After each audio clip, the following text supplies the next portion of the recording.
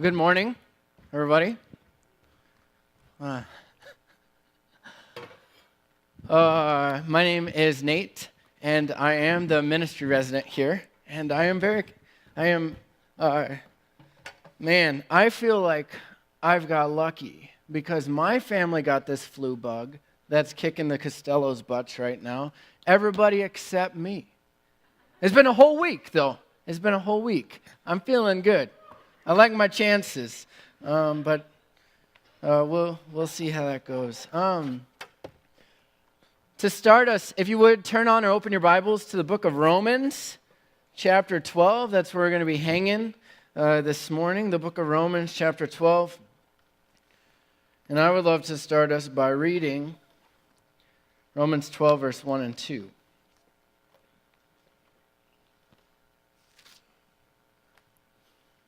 Therefore, brothers and sisters, in view of God's mercy, I urge you, in view of God's mercy, to offer your bodies as a living sacrifice, holy and pleasing to God. This is your true and proper worship. Do not conform to the pattern of this world, but be transformed by the renewing of your mind. Then you will be able to test and approve what God's will is, his good, pleasing, and perfect will. In the act of offering our bodies as a living sacrifice, our minds are transformed and renewed, and the watching world sees Jesus. I want to show you a picture of my lovely 3-year-old daughter. This is yesterday. We're at Banbury Cross. Our Saturday morning adventure after Kids Community Ballet, which is so phenomenal. But after Kids Community Ballet, our Saturday morning adventure these days is to find the best donut in Salt Lake City. So if you have any tips or recommendations, we would love to know it. But recently, in the Ray household, our morning routines have been anything less than pleasant, because Mina has a new strategy for getting out of bed. She wakes up earlier than we would like her to wake up. She shares a room with her little 1-year-old sister, and the first thing she says when she wakes up is, "Mommy! Daddy!" And she just wails until we come and rescue her. And we got to move quick. Because if you don't move quick, then the 1-year-old's awake, and then it's over. It's game over. And so every morning, I wish it was just an occasional morning, but every morning right now, it is the same story. And yesterday, Robin and I were mad, right? Like if you guys know how it is to be violently awoken from peaceful slumber. It's not pleasant. And we were angry, and I could tell we were kind of nipping at one another. And when you're angry, you're trying not to act out on your little cute as a button 3-year-old daughter. But we were mad. Robin told me something to do. I didn't hear her. Because I'm not the best listener, but I didn't hear her because I was mad, I was angry, I was distracted. And here's the thing, moments like these are opportunities. But so many times I'm guilty, I think you might be guilty of treating them as distractions and as annoyances. And so what I'm about to share with you guys this morning is something that has totally messed up my life, and I hope it messes your life up too. And that's my disclaimer. And you can't say I didn't warn you, but it messes with how often I reach for my phone. It messes with what I go to entertain. It messes with how I approach my walk with Jesus. It's messed with how I view being violently awoken by my beautiful 3-year-old in the morning. And so I want to read our passage in its entirety. Romans chapter 12. We're going to read the whole thing this morning, and then we're going to talk some about it. So if you're with me. Therefore, I urge you, brothers and sisters, in view of God's mercy, to offer your bodies as a living sacrifice, holy and pleasing to God. This is your true and proper worship. Do not conform to the pattern of this world, but be transformed by the renewing of your mind. Then you will be able to test and approve what God's will is, his good, pleasing, and perfect will. For by the grace given to me, I say to every one of you, don't think of yourself more highly than you ought, but rather think of yourself with sober judgment, in accordance with the faith God has distributed to each of you. For just as each of us has one body with many members, and these members do not all have the same function, so in Christ we, though many, form one body, and each member belongs to the other. We have different gifts, according to the grace given to each of us. If your gift is prophesying, then prophesy in accordance with your faith. If it is serving, then serve. If it is teaching, then teach. If it is to encourage, then give encouragement. If it is giving, then give generously. If it is to lead, do it diligently. If it is to show mercy, do it cheerfully. Love must be sincere. Hate what is evil, cling to what is good. Be devoted to one another, honor one another above yourself. Never be lacking in zeal, but keep your spiritual fervor serving the Lord. Be joyful in hope, patient in affliction, faithful in prayer. Share with the Lord's people who are in need. Practice hospitality. Bless those who persecute you. Bless and do not curse. Rejoice with those who rejoice. Mourn with those who mourn. Live in harmony with one another. Do not be proud, but be willing to associate with people of low position. Do not be conceited. Do not repay anyone evil for evil. Be careful to do what is right in the eyes of everyone. If it is possible, as far as it depends on you, live at peace with everyone. Do not take revenge, my dear friends, but leave room for God's wrath. As it is written, it is mine to avenge, I will repay, says the Lord. On the contrary, if your enemy is hungry, feed him. And if he's thirsty, give him something to drink. In doing this, you will heap burning coals on his head. Do not be overcome by evil, but overcome evil with good. We're going to be camping in Romans chapter 12 this morning, and we're going to return to it in a few minutes, but I want to set the scene. I want to set the context for us. Rome, at the time that Paul is writing this letter, is a city of 1 million people. And so in a city of 1 million people, you have approximately 150 to 300 Christians at this time. Now, in Romans 16, we learn a little bit about the makeup of the church in Rome. So we have 10 women and 19 men listed. So across gender lines, we have 21 Gentiles and 8 Jews listed in Romans 16. Paul in Romans 16 lists 5 house churches, and you could put that slide up if you want. But it depends on how you count. But we have 5 predominant households, and each one is hosting a church. So if you have 150 to 300 Christians, and you have 5, and maybe this list isn't exhaustive. Maybe it's more like, maybe there's 10 house churches. But each house church, because of its household size, probably fits between 30 and 40 people.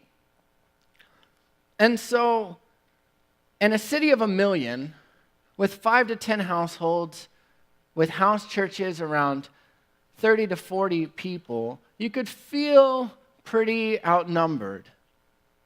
The Christians are not the power players in the Roman society here. They are the incredible minority. And so then I want to talk for a moment about what a household looks like. Household looks a little different than how we may think of household. I think when we think of household, we think of our house with our, maybe if you're single, you think of your house or your apartment, or if you're married, you think of your house with your wife and a few children. But when you hear household, you kind of think small. But we need to kind of take a step back and think about households a little differently. Because in this day, and there's a guy named Peter Oakes, he's going to help us. But Peter Oakes talks about how this is probably what a household would look like in Rome. And this is probably what a house church would maybe look like in Rome. And so you have a craft worker, I'll call him a householder, and that householder has a living room that can probably fit 30 or 40 people. He's going to have his family there. He's going to have some male and female slaves there that live with him all the time. They don't go somewhere else and then come back. They live there too. And then this craft worker and his family and his servants and the slaves of his household, when they're meeting for their house church, they're probably going to have another householder or two, and that householder is also going to bring his family and his slaves, male and female slaves. And then you're going to have a mix of Jewish and Gentile people. You're going to have people who are maybe just randos, a few random slaves where their householder lets them come. You might have some people who are from families who aren't Christian, but a few of them come. All in all, 30 to 40 people and a house for church. Now, here's another thing you probably need to know about a householder, and that is in Roman society, they had what I want to call the Roman social ladder, but it's called the cursus honorum. And the cursus honorum was just a thing that, as a good Roman citizen, you would want to climb this. Because the higher you climb and the harder you work, and the more you kind of climb this ladder, the more respect you get in society's eyes, the bigger deal you are. And so for a Roman householder, because they're a householder, they've climbed the cursus honorum. They've climbed the ladder. They're the top dog in their household. They have some sort of societal positioning in the Roman society. And because you're top dog, this means that as a householder, you have determined the course of how things will run in your house. You have established the way your household operates and runs. You've worked hard to achieve your status in society. And so we got to know that. So layer upon layer upon layer here, something else you got to know before we read this again. And that is to write a letter in the first century is no small thing. To write a 2,000 word or a 7,000 word letter, which is how big Romans is, would cost you $2,000 in our equivalent of money to write it and to send it. And so the average letter in the first century was 87 words because it cost a lot. There was no USPS. Some of us might think that's a good thing, but there was no USPS in this day. So how you write, you would spend money to compose your letter and to write your letter, and you don't just have a paper and a pen readily available, so everything cost $2,000. And then if you spend $2,000 to write a letter, you want to send that with someone you trust.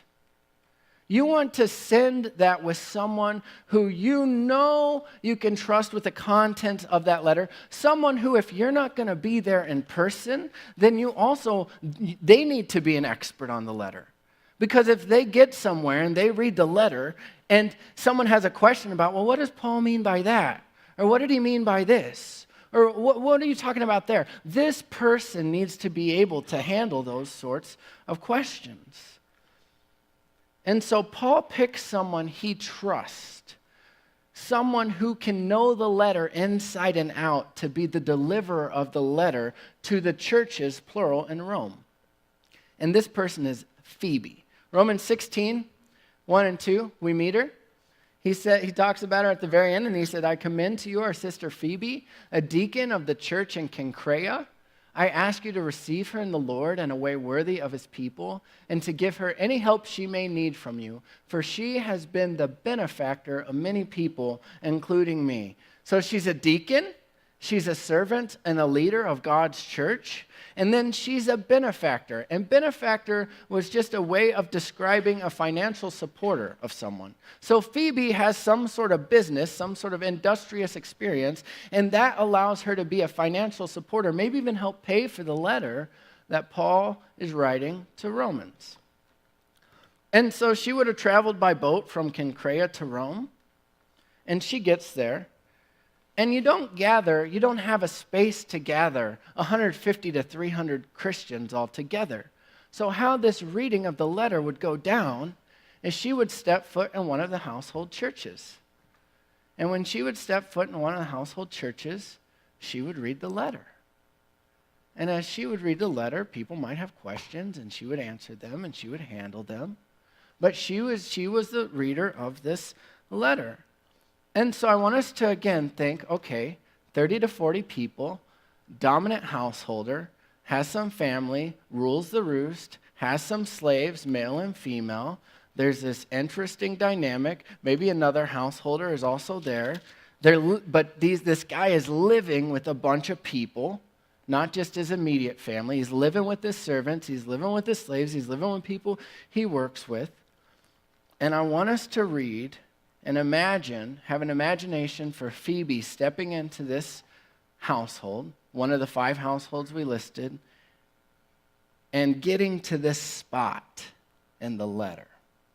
Now, you need to know something else before we get here, and that is that the first word of Romans chapter 12 is therefore, because Paul has just spent the previous 11 chapters expounding on the glorious mercies of God to us through Jesus. And so he spent all that time talking about the good stuff, right? But now it's a shifting gears. Phoebe's reading a letter to this household. Now she's reading it. She says, therefore. And we have how many people we have in here? 60, 70? So maybe this half of the room. But imagine it's a tighter room. It's a tighter situation. But she's reading and she says, therefore I urge you, brothers and sisters, in view of God's mercy, to offer your bodies as a living sacrifice, holy and pleasing to God. This is your true and proper worship. Don't conform to the pattern of this world. You're the householder. You've climbed the the cursus honorum ladder. You've climbed the social ladder of Rome, and all of a sudden Phoebe lays down she reads what Paul writes, don't conform to the pattern of this world. Maybe the way you run the show around your house is not how you're supposed to. Don't conform to the pattern of this world, but be transformed by the renewing of your mind. And then you'll be able to test and approve what God's will is, his good, pleasing, and perfect will. For by the grace given to me, to Paul, he says, I say to every one of you, do not think of yourself more highly than you ought. Again, if you're the householder, you're the head honcho. And yet Paul here, you've climbed the Roman social ladder, and Paul here said, do not think of yourself more highly than you ought.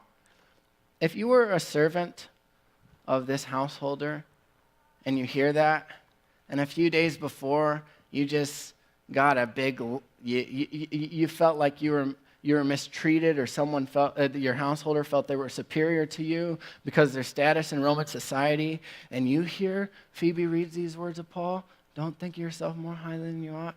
I think I'm tempted as a servant to be like, huh? You hearing that, Joe? We'll give our householder a name. You hearing that, Joe? But rather think of yourself with sober judgment, in accordance with the faith God has distributed to each of you. For just as each one of us has a body with many members, and these members do not all have the same function, so in Christ we, though many, form one body, and each member belongs to each other. Oh, Joe, your servants, your male and female slaves, your operation in your house, they don't just belong to you. You belong to them.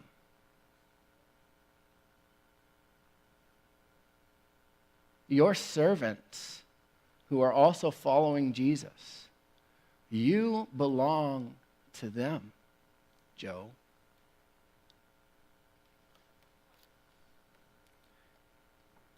We have different gifts according to the grace given to each of us. If your gift is prophesying, then prophesy in accordance with your faith. If it is serving, then serve. If it is teaching, then teach. If it is to encourage, then give encouragement. If it is giving, then give generously. If it is to lead, do it diligently. If it is to show mercy, do it cheerfully.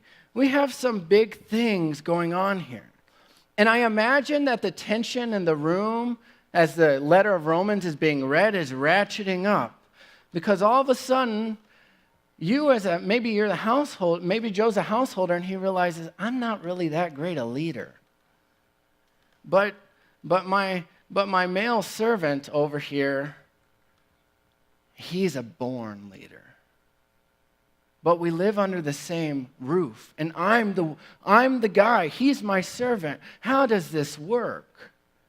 Or maybe Joe is thinking, oh, my female servant, she has such a gift for teaching. But I'm the guy. I'm supposed to be the one in charge. but I'm not really a good leader. All of a sudden, and the big thing I want us to get here is that the invitation of Paul through the reading of Phoebe to the households in Rome is more than just an invitation for a Sunday morning and a Tuesday night time of house church. But what Paul is inviting the church in Rome to be a part of has implications for every hour of every day of their lives because they live with these people. All of a sudden, if you live with them and someone's gift is teaching and that's not your gift, then you got to give that up and let them teach. All of a sudden, if someone is a born leader and you're not so much, you need to give that up and let them lead. This is going to change the infrastructure of your household. This is going to change how it works. Things are not going to work as they've always worked. Something is being turned upside down. Let's keep going. Romans 12, 12, verse 10, or verse 9 and 10.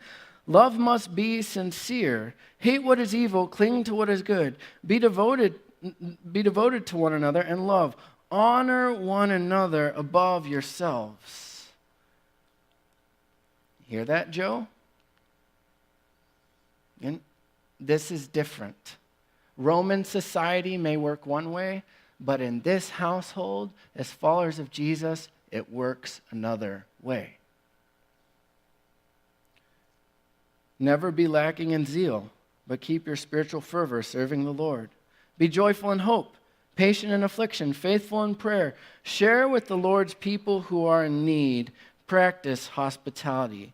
You know, when I read share with the Lord's people in need, what I often think of is like letting someone borrow your car if you have an extra one, right? Like, yeah, that makes sense. Share with God's people who are in need. But what I didn't understand about this until fairly recently was that because climbing the Roman social ladder required a certain amount of money, and your money determined sort of the class you were in and the level of respect you were going to get, if you were to give that away, you would be demoting yourself socially in the eyes of Roman society. And so to share with someone in need is more than just, here, have my car, but it's, here, have my car, and all my peers around me in Roman society are going to think differently of me because I don't have as much anymore. I am socially inferior to what I was prior because I'm giving things away.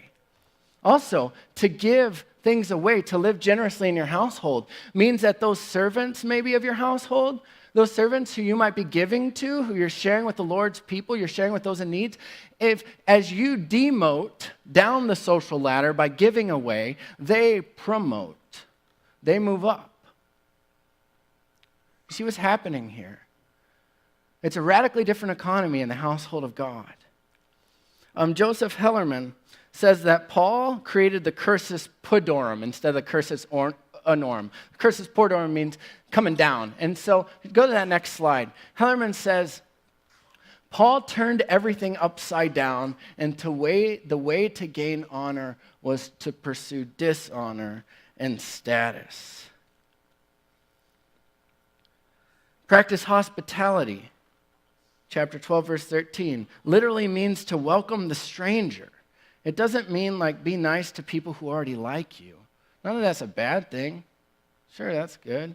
But this is something, the invitation that is being presented by Paul as Phoebe reads this letter to a household that has been operating a certain way and is being invited to operate in a brand new way. This is an invitation to a new normal. This is an invitation to a different society. This is an invitation to a different way of living and being. So now I want to circle back to Romans chapter 12, verse 1 and 2 at the very beginning.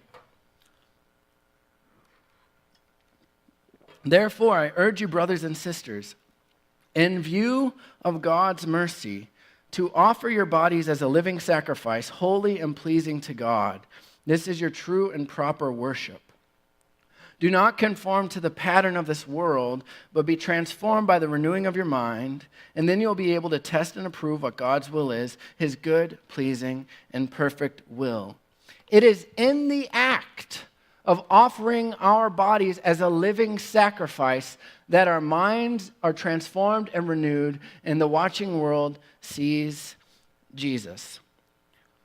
Here's the thing that began to turn my world upside down just a few years ago and has not stopped messing with me since. The way I used to read Romans chapter 12, verse 1 and 2, when it says, don't be conformed to the pattern of this world or the pattern of this age, but be transformed by the renewing of your mind, I used to read that as the way to live differently is to get my mind to transform. So it's like, so if I want to live differently, then I got to think, transform my mind, think differently, mind transformation. And I used to think that right thinking leads to right action.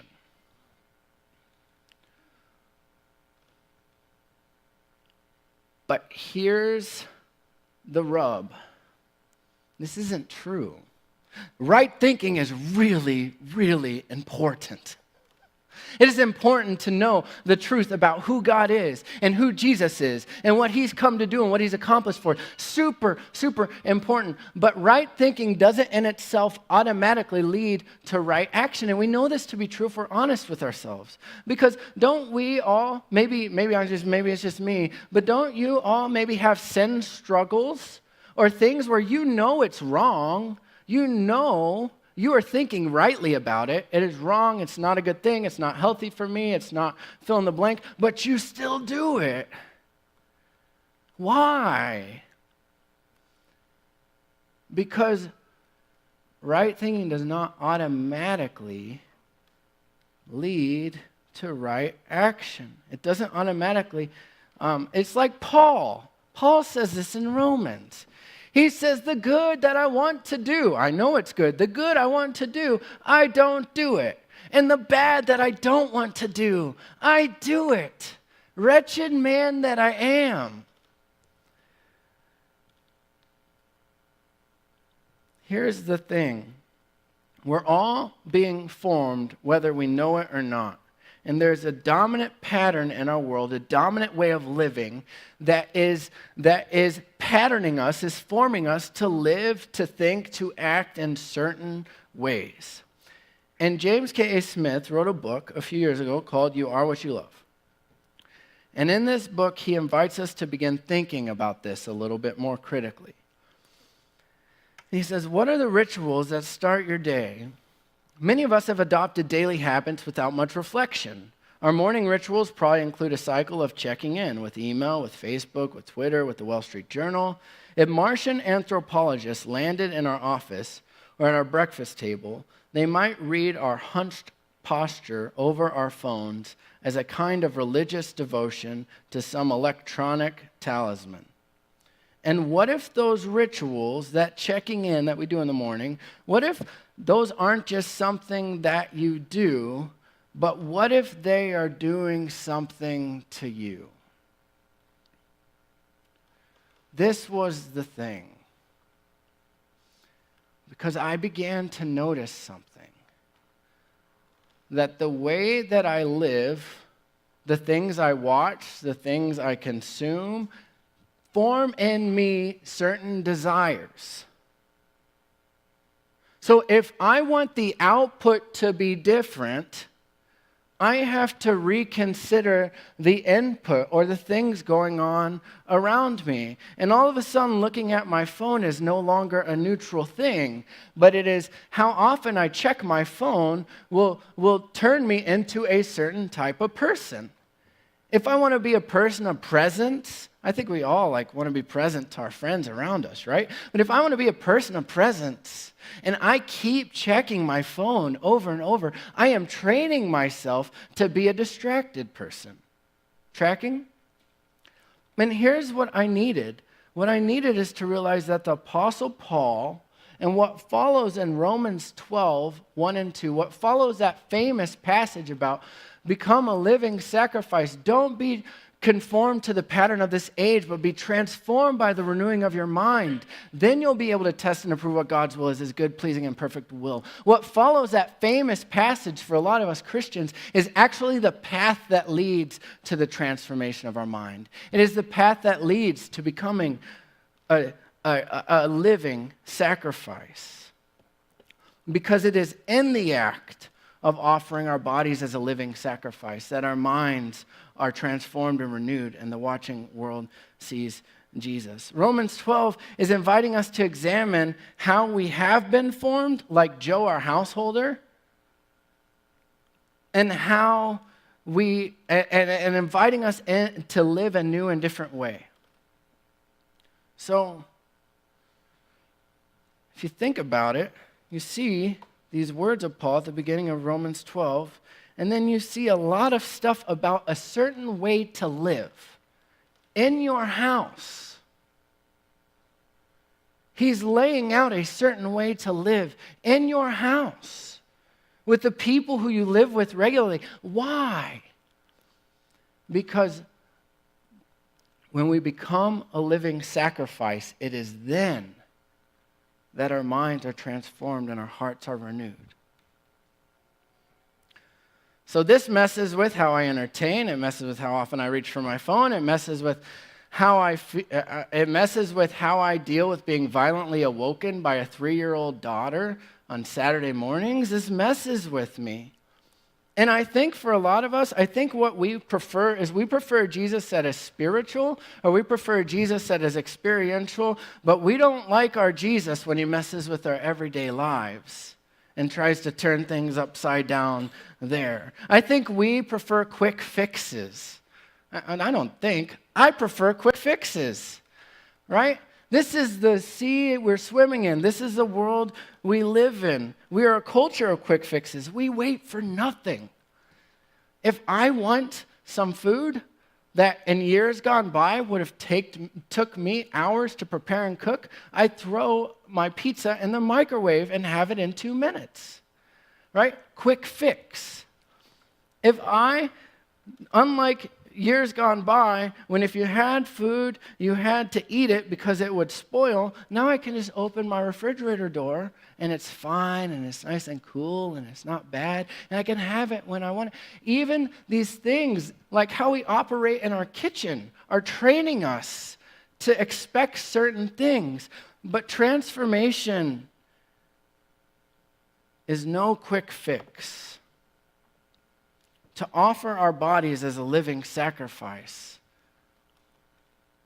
is a patterned behavior. It is learned. It is trained. It is practiced.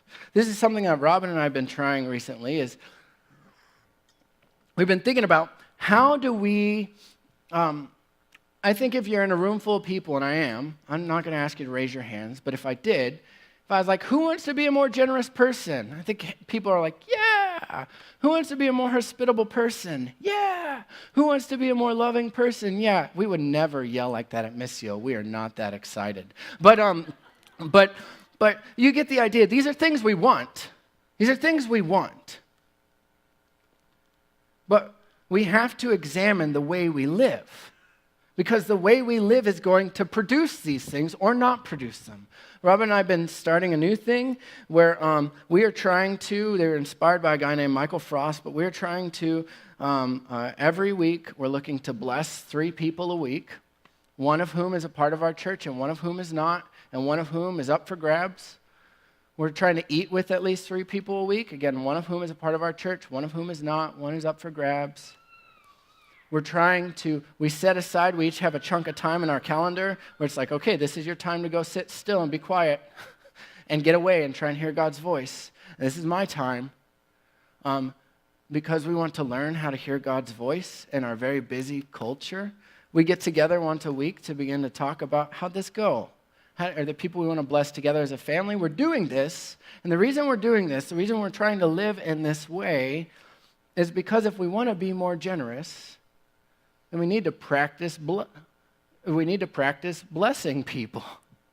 If we want to be more hospitable, then we actually need to live hospitably. There are rhythms in our life that need to change. And it is in the act of offering our bodies as a living sacrifice, that our minds are transformed and renewed and our watching world sees Jesus.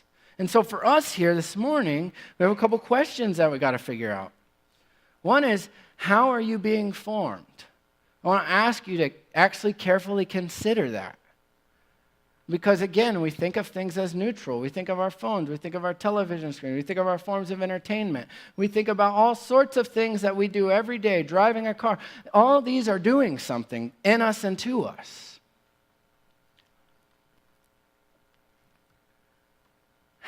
How is it you're being formed, and how do you want to be formed?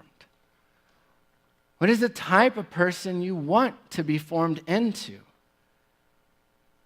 And does the way you're living now turn you into that type of person or not?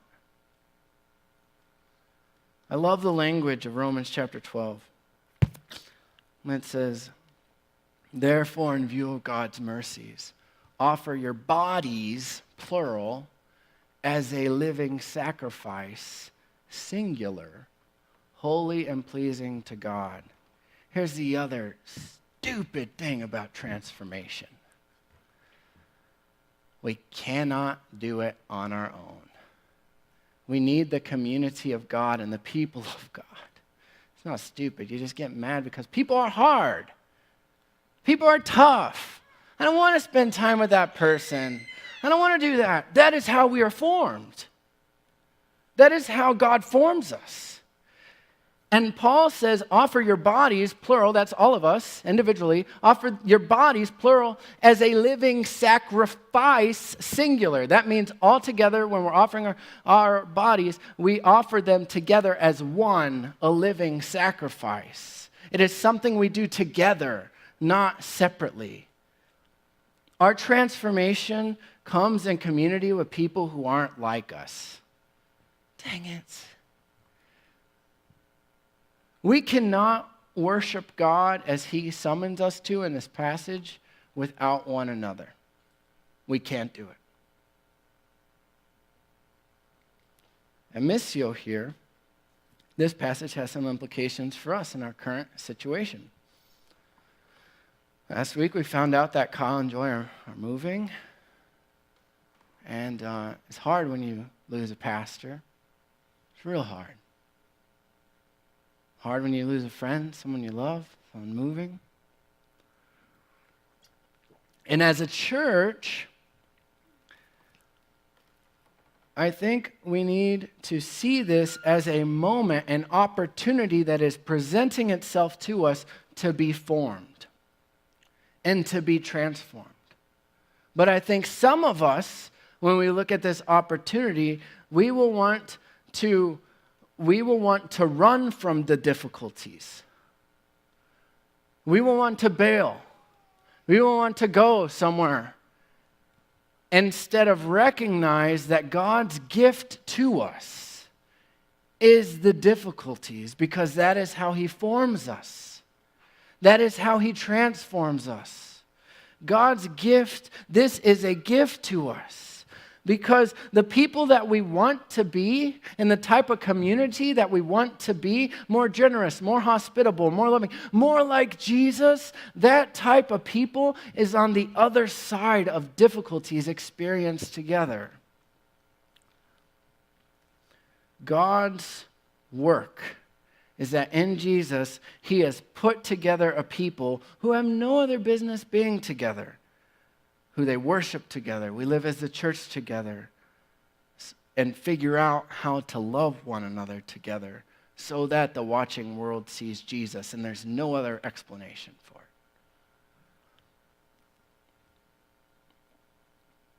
it. I love this passage because Paul is inviting them into some simple things. It is changing the infrastructure of their household, but he has some simple things about here's how things should run, depending on how people are gifted. Here's what I'm calling you to. Here's the path to become a living sacrifice. Here it is. Paul is calling them to some simple things, and these simple things transform the world. There were 150 to 300 Christians when Paul writes this, in about 53 to 55 AD. And by 300 to 400 AD, the Christian world was half of the Roman Empire. Half the Roman world was Christian. Millions and millions and millions of people were Christian.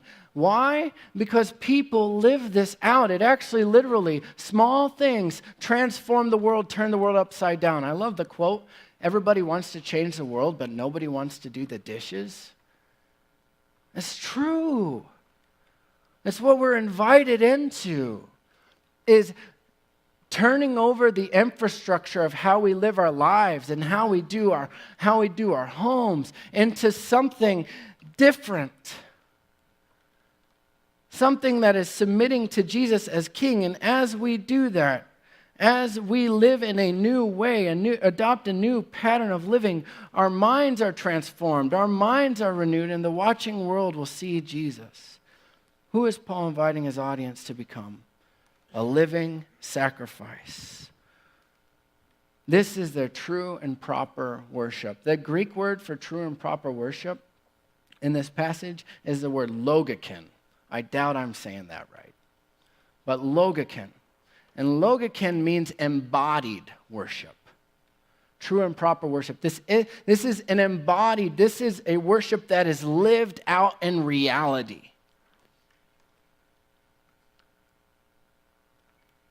Paul is inviting his audience to become and look like Jesus. And in the act of offering our bodies as living sacrifices, our minds are transformed and renewed, and the watching world sees Jesus. This morning we have a chance to respond. I love that Missio has several different ways that we can interact with what God is doing in our hearts. And one of them is the prayer table. And over here we're going to have some people that are there, and they're available to pray with you for whatever is on your heart, whether it is maybe it is a sickness and you need prayer for healing, or maybe it is something that is weighing you down, or maybe God is calling you to live in a new way or change something. Whatever that is, it's a powerful thing to voice that out loud and to be prayed for. And so we're about to have a moment where you can do that over here. We always feel the baptistry, because some of us might need today to be like, I am following Jesus. And the way we tell people we're following Jesus is to be baptized. And so if that is you, you can also talk with someone at the prayer table and say, I want to be baptized. And the thing that we always come to is right here in the middle of the room, and this is the table. The table that reminds us of Jesus' body broken for us and Jesus' blood poured out for us. And the reason we come to this table week after week after week after week after week is because we want to be formed. We are formed by coming to the table. Just as other ways of living and other patterns of living form us in all sorts of ways, this forms us. This reminds us of something. And this morning, we come to the table with those that God has placed with us for the sake of our transformation. This morning we come to the table confessing our need for Jesus, but also confessing our need for one another. And this morning we come to the table knowing that our bodies together in service to Jesus are offered as one living sacrifice. That we come to the table knowing we cannot worship God as we ought apart from his people. Finally, we come to this table and we ask Jesus for his help. Because without the Spirit of God living in us, we cannot live the way God calls us to. And so we say, Jesus, help. Jesus, help me and help us as we offer our bodies as a living sacrifice, holy and pleasing to you. Transform and renew our minds as we do this, so that the watching world sees you. Let's pray. Jesus, we thank you for a chance to come together and worship this morning. We thank you that even now you're inviting us to be formed, to be patterned in a certain way. God, I have no idea, and we have no idea what's going on in one another's hearts. But God, for those of us, you are challenging and speaking a word of challenge, of take a risk, take a step, voice something, get something off your chest. Whatever that challenge is, God, I pray that we would respond in obedience to you. God, for those of us that need a word of comfort, a reminder of your good grace to us, that you never refuse the table to us. No matter how much we screw up, how much we mess up, how far we fall short, your grace is there, available, and we are forgiven because of you, Jesus. And pray that for those of us that need a word of comfort, you would speak that to us. And God, I pray that together, we as the Missio community would learn how to offer our bodies as a living sacrifice. And that as we live in that way, that our minds and our hearts would be transformed and renewed, and that our world around us would see you, Jesus. Amen.